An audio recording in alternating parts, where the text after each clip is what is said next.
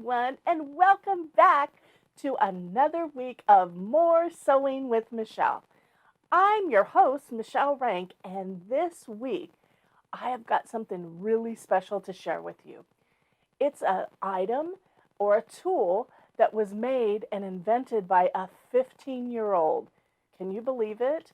Basically, this 15-year-old was a fisherman, and he was working on his, I guess, keeping his supplies together, and his hooks fell all over the floor.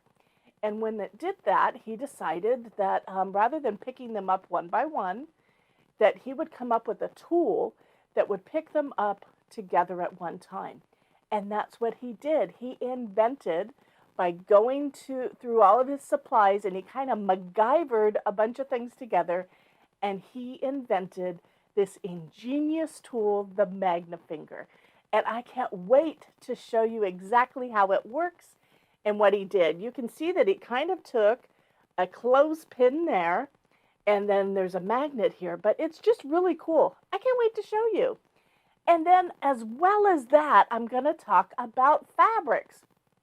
Fabrics, one of those things that I am completely addicted to. In my craft room downstairs, my sewing studio, I actually dedicate a huge amount of space to fabrics. That's how much I love them. And it's one of the reasons why I started quilting, was because I just fell in love with fabrics and textiles. So I had been a sewer for years, but when I started quilting, it was like, a textile factory blew up in my craft room. And I started getting rid of other crafts to make room for fabrics. That's how important they are for me. I love fabrics, and I want to talk a little bit about some sewing terms that are related to fabrics. Now, when I first started very seriously quilting a lot, and doing embroidery, there's certain terms that I was like, what are they trying to tell me? And oftentimes I was confused, and sometimes I don't ask questions. I just try to figure things out on my own. But some of them are kind of funny. Some of them are kind of like, a head scratcher, like, But I am going to debunk maybe some information so that you understand what these specific sewing terms actually mean. And hopefully it'll help you in the long run. So we're going to talk about fabrics. I am going to give a demo and show you this wonderful tool, the Magna Finger, and let's get going on this week's More Sewing with Michelle. Okay, so let's talk about this wonderful tool, the Magna Finger. Now, basically, the inventor, Daniel Cohen, when he was 13 years old, was when he had spilled his fish hooks all over the carpet, and he wanted a better way to pick those hooks up. And just like pins, sometimes I know when I've gone to pick up a pin, I will poke myself. Same thing with fish hooks. If you get one of the fish hooks part where there's the actual hook part, where there's the barb, it can actually hurt your fingers. So having a tool that will pick things all up at one time and then a release so you don't have to touch them at all is pretty handy. And he was so clever in when he invented them.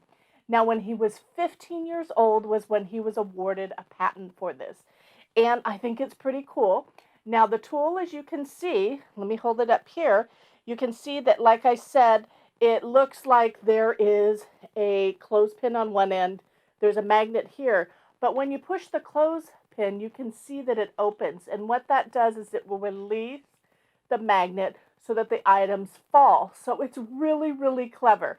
Now, let me give you a demo real quick. So let's say I spilled a bunch of metal and I want to pick them up. I can simply hold this over, and you can see it's completely held them, and then I can release them again and drop them down. So if I wanted to put them back in a container, once again, hold them over, release in the container, and then you can repeat this. So that's where the beauty of this product comes from. You do not have to hold on to that item and pick up anything that might poke you or cause you any harm. Now, some of the things with, like carpet or places that are very colorful. Sometimes it's hard to see where those metal items have fallen. And think about it. Have you ever dropped a staple on your carpet and you can't find it? Having a tool like this that will pick it up, and once again, oh, it picked up another nail, pick it up, and then you can release it without touching it. It's just great.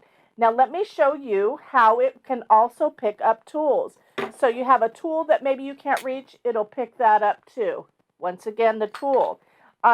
If you have multiple size items, it will still pick those all up. So let me put, I have a bunch of little things here, and I'm going to pick those all up in one shot. Isn't that cool? And once again, I can then release them and put them back where they belong. Now, because we're sewers, let me show you how it works with pins. Now, keep in mind, this is one of those tools that you may want for all different places in your house. It's good in an office. It's good out in the garage. It's good at home, in the kitchen, lots of places. Anytime you may drop stuff that are metal and you want to pick up at one shot, it's the perfect thing for that. So I've got some pins here, and I have them on my magnet. But say you wanted, I'm going to drop some of them on this area here where it's a little bit hard sometimes to see things. You can see that it can pick up basically about 100 pins at a time. Release them. And you can roll it over and make sure that you've picked up every pin out there. So that's the cool thing about it. Once again, it'll pick up my screwdriver, anything metal. This neat inventive tool that Daniel Cohen invented back when he was 13 years old is going to be a lot of uses in your house, and you're going to find lots of fun ways to use it. So this is the Magna Fingers. You're going to want to pick that up, and don't forget to go to either click on the link in the description or go to moors-sew.com where you can get your very own tool, Magna Fingers, that was created once again by a very young 13-year-old, and then he got the patent when he was 15. Way cool. I wish I was that smart when I was his age. Okay, so let's talk about fabric and fabric sewing terminology and terms that are used to describe fabrics as well as to give descriptions of fabrics, and just basic terms that a lot of different things that aren't so obvious sometimes to people. So just want to kind of go over things. The first thing that I want to talk about is the salvage of your fabric. Now, this is one of my favorite types of fabrics. It is stripes. I love stripes. I love any sort of pattern. I like color. Let's just face it, I love fabric, period. Doesn't matter if it's solid, whatever. I love fabrics, but stripes are one of my favorite patterns. Now, you can see this is just a piece of fabric, and on the ends here, this is the salvage. Now, on your fabric, you're going to have salvage on both sides. Oftentimes, you will see little holes and pokes on both sides, and that is where they attach it to whatever way, I guess the loom, how they actually weave the fibers of the cotton to make the fabric. Now, this side of the salvage, you'll see that generally on one side, not always though, on one side you will have the maker of the fabric, possibly the designer's name. It will go over the colors that are used. There's the colorways. Oftentimes when a designer makes a fabric line, she will have a few different colorways, that same fabric, but with different colors. So on this one, it also gives the year. This is made by Hanover, and it looks like it is Tare Craftsman that made it, and it was made in 2019. So you can get a lot of information from the salvage. Now, here's one little tip that I do. When I am cutting my fabric to use this fabric, I will try to leave the salvage as the last little bit that I use. And the reason being is, if for whatever reason I have decided I have to use this fabric and I need a yard of it, but look, I've only got a half yard, then I can have the potential to find this fabric by having the information in the salvage. So the salvage is pretty darn important. for keeping information and for cataloging or trying to find that fabric again. How many people have called a fabric store and said, do you have that a black and gray and white striped fabric? And of course, they might have 15 different ones. So in order to make sure that you're getting the right black, white, and gray stripe, you need to have this information on the salvage. As well as most times, you are not going to want to cut the fabric with the salvage. The salvage is usually thicker and it has a different type of weave to it. So, and oftentimes, like I said, there's the holes in them. So you're going to cut away from the salvage. So if I wanted to make a square, you're going to start a little bit away from that end and not use the salvage. But us crafty quilters over the years have often saved that salvage, and there's lots of fun patterns out there where you can utilize that piece of fabric and make bags, scrappy things. So it's up to you what you want to do with it. But salvage is pretty important. Now let me talk about woof. Now woof is one of those words that it definitely threw me for a loop when I started quilting and reading patterns, because oftentimes they will tell you eventually somewhere in the pattern. But oftentimes if you're scanning through, you'll see woof. What the heck is woof? And it's an acronym, W-O-F. And what it means is the width of fabric. So the width of the fabric wouldn't be this way. It would be salvage to salvage. So it is completely across. Now, most fabrics are about 42 inches. There are some that have a smaller salvage, and you may get up to 45 inches. But most fabrics, for the regular size bolts, you're going to notice that they're about 42 inches of usable quilting space. And when you say woof, what that means is the width of the fabric, and it refers to a cut of fabric. So you're going to cut from one salvage to the other. I generally lay it down in half and then cut from there. But it's up to you depending upon, what size that width can be. I have done with the fabrics that, in other words, to make a strip for binding. Normally I do a lot of 2.5 inch bindings, but it can be 5 inch width of fabric, woof. It's completely up to the design and what's going on. So just so you know, if you see woof out there, it refers from the width of the fabric from salvage to salvage, cutting a piece of fabric for whatever, pattern or design that you're using. Now I want to talk about bias. And I'm not saying I'm biased for stripes over polka dots. What I'm talking about is the 40 to 45 degree angle in the fabric. That is where you will get a stretch. Now most fabric, the weave is, it makes a cross up and down. So you have the fibers going one way and then the other way, which makes the tight knit. But if you're cutting something and you're cutting on one of those grooves, it's still going to be very strong. But if you cut across that at a 45 degree angle, it's going to be more apt to stretch and bend different ways. So it's important to know the bias whenever you're cutting pieces of fabric.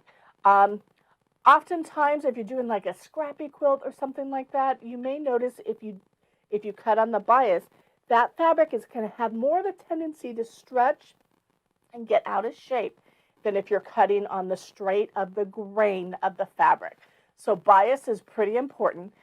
Mostly, like if you're doing a round quilt and you want to bind it, you're going to want to use your binding with a bias on it. So that means you're going to cut your fabric at that 45 degree angle so that when you put that binding on, it's going to form and curve with that round quilt.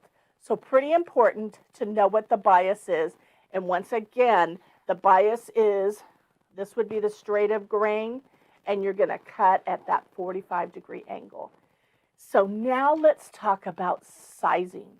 Now sizing is a product that is put into fabric or on the threads of the fabric, such as the cotton fibers, to protect it. And it oftentimes um, will give it a little bit more of a firmness to the fabric. So whenever they make the fabric in the production, they will add sizing to those threads. And that way it helps to keep that product more firm and it will lay flat. It's just one of those things that is used for, I guess, hundreds of years when they make fabrics, textiles. So the sizing is one of those things. Oftentimes you'll see in a pattern or something, it'll say, remove sizing or, beware of sizing. There's lots of different ways that people will recommend it. Now, I am one of these people, I don't care about sizing because I love for my quilts, the first thing that I do whenever I'm done quilting a quilt is I run it through the washing machine and I want that sizing to come out then so that it kind of shrinks down. Sizing sometimes will keep those fibers from being kind of flat so that when you wash them, then they kind of shrink down. Now, you may see in patterns where they'll say remove the sizing. What that designer is trying to tell you is that they want that fabric pre-washed or the sizing taken out so that the shrinkage will be different after the final product. So I'm just one of those people. I don't care that the sizing is in there. I will get rid of it once my quilt's done. And I like it. And sometimes you may notice when you pick up a new piece of fabric, it's not that it's firm because this is still flexible, but I can feel that sizing. It just gives it a little bit of oomph to it. And it makes it easier to sew your product together. And also it keeps things a little bit flat. So I love sizing. And I'm not one to get rid of it. But it's just another one of those terms that you may go, sizing? What are you talking about? I'm not going to size this skirt until I'm done or whatever. It has to do with the way that the fabric is manufactured. Okay, so I also want to talk about repeat. Now, oftentimes you'll see, depending upon what pattern you're working on, it may say, watch for the repeat in the fabric, or it's worded lots of different ways. But I want to explain to you what a repeat is in fabric. So in fabric, you will notice, not so much if there's lots of repeats in my stripe fabric, but in this fabric, you will see that we have the top layer up here that has the campers, and then we have another layer, and then so on and so forth. But look, right here, it repeats the design.